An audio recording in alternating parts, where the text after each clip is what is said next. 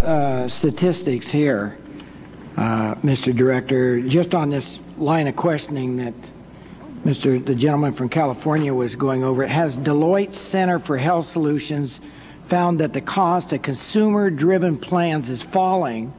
Among the 152 major companies it surveyed, consumer-directed plan costs increased by 2.8% last year, which was only 1/3 of the increase for traditional plans. So I think the point you were making, they're not going down, but they're going up at a much lesser rate, I think is a point that's well taken.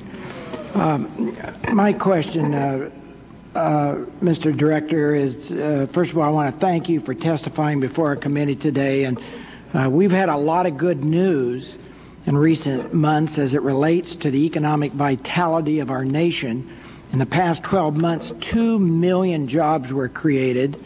The unemployment is at its lowest level since July of 2001.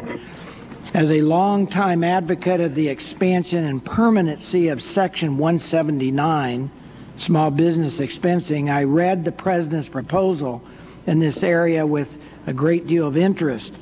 A National Federation of Independent Business report from the end of 2005 stated that 61% of small business owners reported capital outlays over the preceding 6 months period, including new equipment and vehicle purchases, furniture purchases, existing facilities expansion and improvement, and new facility construction.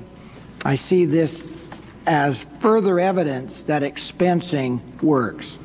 My question is, I'd like you to take a moment to explain how this small business expansion has contributed to economic growth and will continue under the President's expensing plan. Mr. Herter, thank you. The President has proposed to raise the limit for expensing for small businesses from $100,000 to $200,000. As you're aware, we believe that the provision that was already in law has had a lot to do with an expansion in small business investment.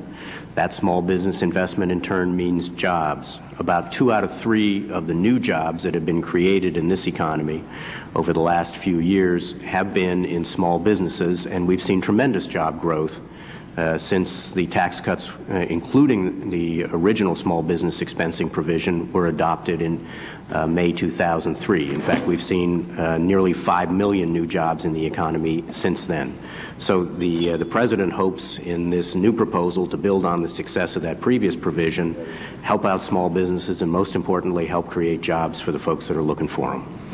Thank you very much, Mr. Bolton. And I think traditional wisdom would have you think that if you would somehow reduce taxes to a group, such as small business, somehow revenues would decrease. Would you mind responding as a follow-up to how has our stronger economic growth affected federal revenues?